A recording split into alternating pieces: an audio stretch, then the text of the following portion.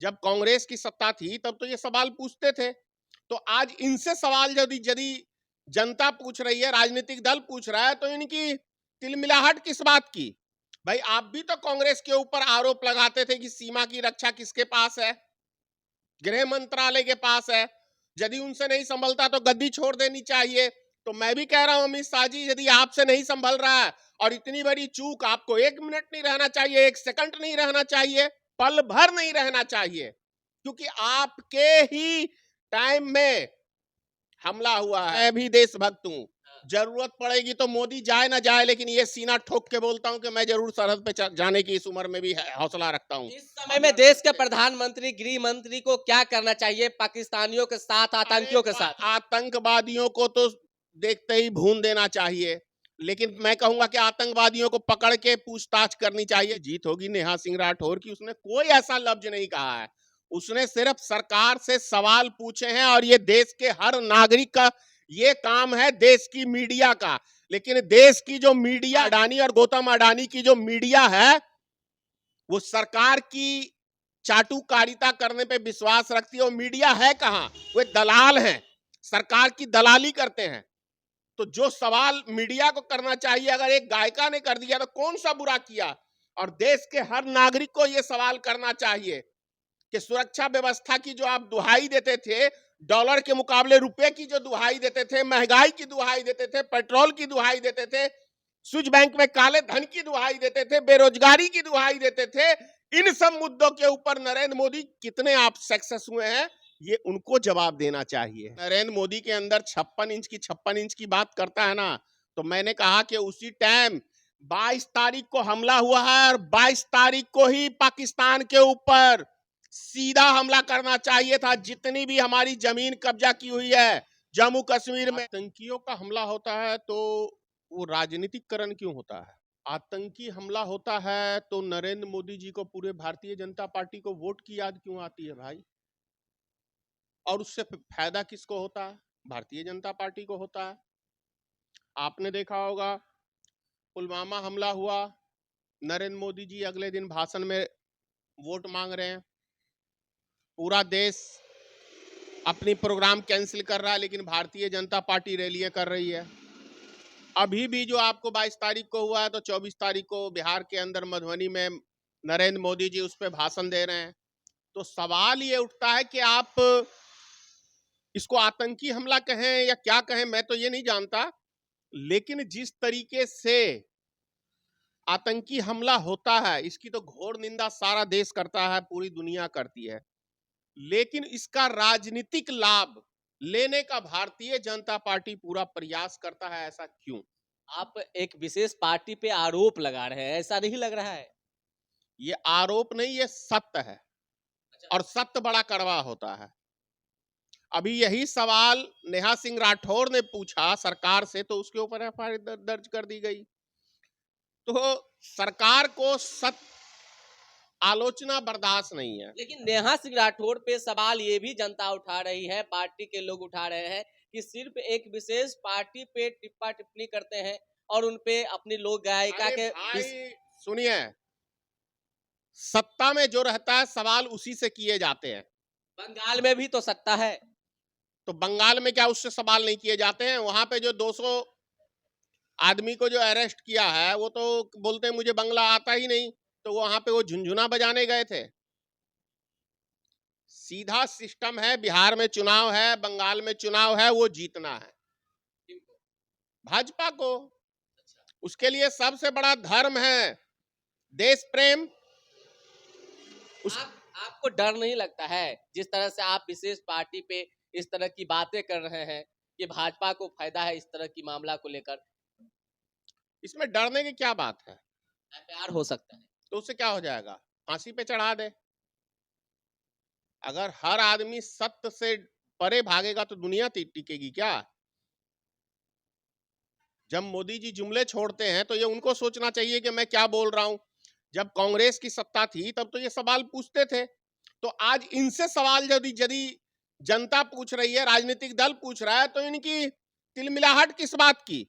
भाई आप भी तो कांग्रेस के ऊपर आरोप लगाते थे कि सीमा की रक्षा किसके पास है? गृह मंत्रालय के पास है। यदि उनसे नहीं संभलता तो गद्दी छोड़ देनी चाहिए।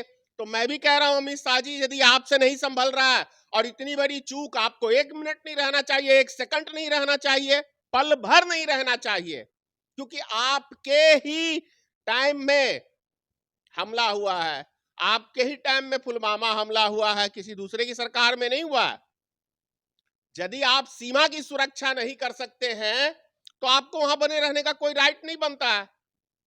यदि 10 किलोमीटर तक जम्मू कश्मीर जैसे संवेदनशील इलाके में 10 किलोमीटर तक 2000 पर्यटक घूम रहे हैं और वहां पे एक सुरक्षा व्यवस्था नहीं है, तो इसका मतलब आप समझ सकते हैं आपका निशाना कहाँ है? निशाना साफ है ना। राजनीतिक सीखने के लिए भाई सत्ता चाहिए। जिस तरह से पहलगांव में हमला हुआ और 28 टूरिस्ट को मारा गया, जिस तरह से 28 टूरिस्ट शहीद हो गए, आप उन शहीदों के लिए क्या कहेंगे? बहुत दुखद घटना है, नहीं होना चाहिए। और उससे भी बड़ी बात है कि जो भारत ने पानी बंद कर दिया पाकिस्तान का, मैं इसका समर्थन नहीं करता हूं। अगर इसलिए कि वहां की जनता ने नहीं भारतवासियों का कुछ बिगाड़ा है, उग्रवादियों ने बिगाड़ा या बिगड़वाया गया, तो पाकिस्तान ने यदि ऐसा कराया है तो आप पाकिस्तान से आमने सामने युद्ध करिए। आपका जम्मू कश्मीर का इलाका भारत का कब्जा किया हुआ है, उसको छुड़वाइए, तब 56 इंच का कहलाएगा ना। और आप जो बेचारे गरीब मजदूर है उसके बाल बच्चों का पानी बंद कर रहे हैं, उसको प्यास से मार रहे हैं, तो ये कौन सी इंसानियत है? आप ऐसा बयान दे रहे हैं, आपको तो लोग समझेंगे कि आप तो पाकिस्तान का समर्थन कर रहे हैं। पता नहीं, जिसको जो कहना है वो कहता रहे। मैं अंधभक्त नहीं हूं। भगवान ने बुद्धि विवेक दिया हुआ है अच्छे बुरे की पहचान के लिए, और जो राजा दयालु नहीं होगा वो राजा ही बनने के योग्य नहीं है। अगर जिस व्यक्ति के अंदर दया धर्म ही नहीं है, दया सबसे बड़ी है, वही धर्म है। और यदि आपके अंदर दया है ही नहीं तो धर्म क्या? जिस तरह से कहा जा रहा है कि नाम पूछकर आतंकियों ने जो वहां पे टूरिस्ट थे, जो घूमने के लिए गए थे पर्यटक, उसको मारा है, क्या कहेंगे इसको लेकर? भाई मैं एक ही बात कहूंगा, बोए पेड़ बबूर का तो अंबा कहां से पाए। आप जो देश के अंदर बीज बो रहे हैं, ये रिजल्ट तो आम बात आने वाली है।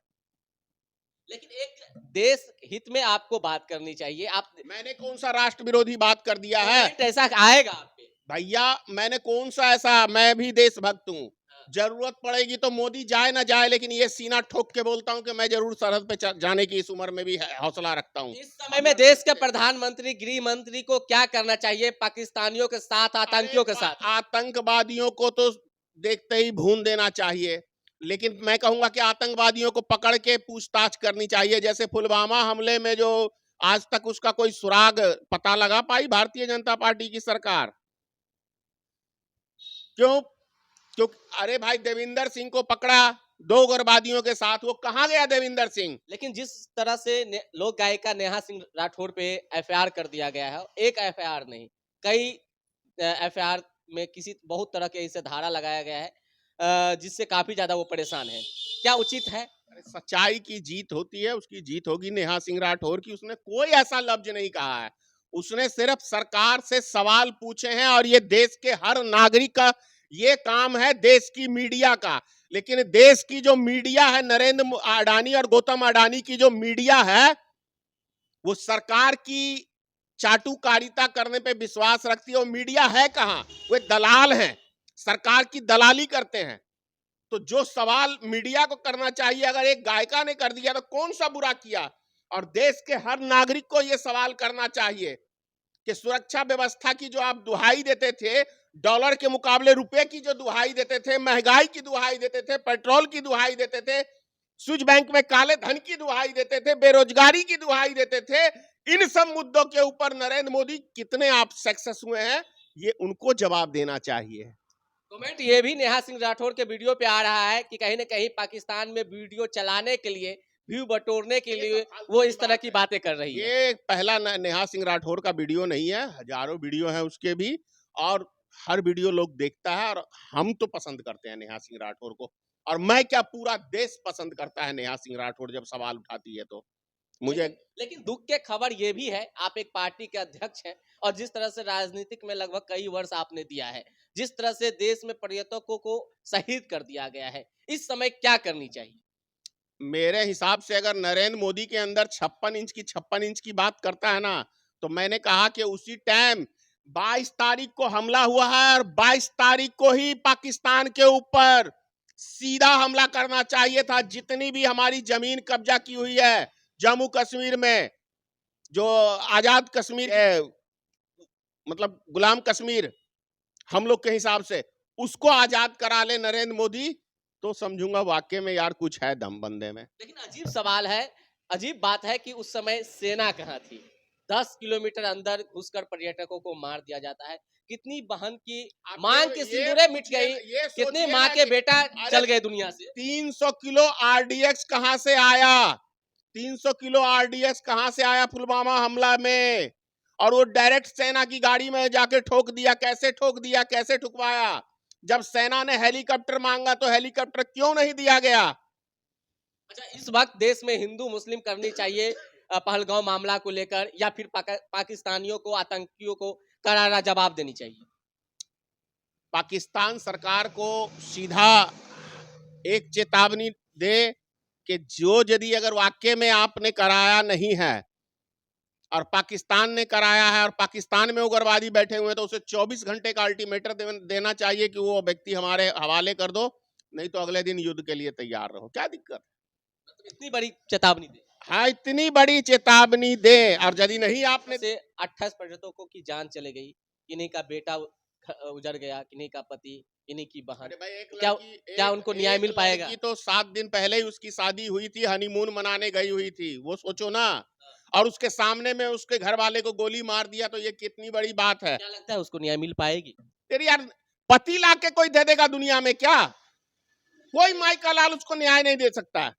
जब मोदी जी झंझारपुर में भाषण दे रहे थे तो कह रहे थे कि देश के जो जनता है 140 करोड़ वो हमारा साथ दे, पाकिस्तान को जवाब दे। लिए क्या चीज के लिए? सेना तुम्हारे पास है, हथियार तुम्हारे पास है, आरएसएस का एक टीम बहुत बड़ा तुम्हारे पास है, तुम भी आरएसएस से जुड़े हुए हो, भगवा आधा 50% कच्चाधारी। तो यार करो ना जाके आक्रमण। बोलते हो कि तुम भारत की सेना से, हमारी सेना आरएसएस की बड़ी मजबूत है, तो सबसे पहले आरएसएस सेना को जाना चाहिए आगे युद्ध के अंदर, कि देश के अंदर हिंदू मुसलमान करने के लिए आरएसएस है। तो क्या कहेंगे लास्ट में जाते जाते, जिस तरह से 28 पर्यटक शहीद हो गए हैं और कहीं न कहीं देश में इस वक्त गम का माहौल है? मैंने आपको कहा ना कि यदि नरेंद्र मोदी अगर राजनीतिक रोटी सेकना बंद कर दे तो सीधा आक्रमण करे पाकिस्तान के ऊपर। देश का एक एक नागरिक मोदी जी के साथ है।